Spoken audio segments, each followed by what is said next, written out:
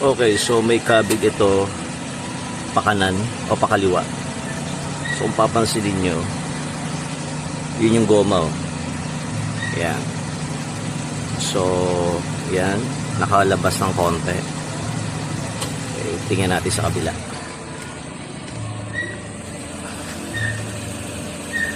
So, diba? Ang laki ng inilabas dito. So, ipapa-align muna natin kasi medyo may kabig na. Medyo malakas na yung kabig. So, pansinin nyo uli yung itim, yung goma. Doon sa edge ng bumper. Ang laki na nakalabas. Para dito. O, diba? Halos wala. That's it. 5.2 lang dito 5.7. Ibig sabihin yung caster yung forward, backward. Behind siya ng 0.5. Plus yung camber mo na nakaganon. Dito, yung may kabig ka bagya lang.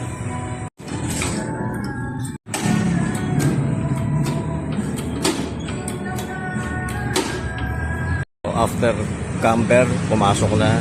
Ito okay lang. Pag inupuan to, i-green.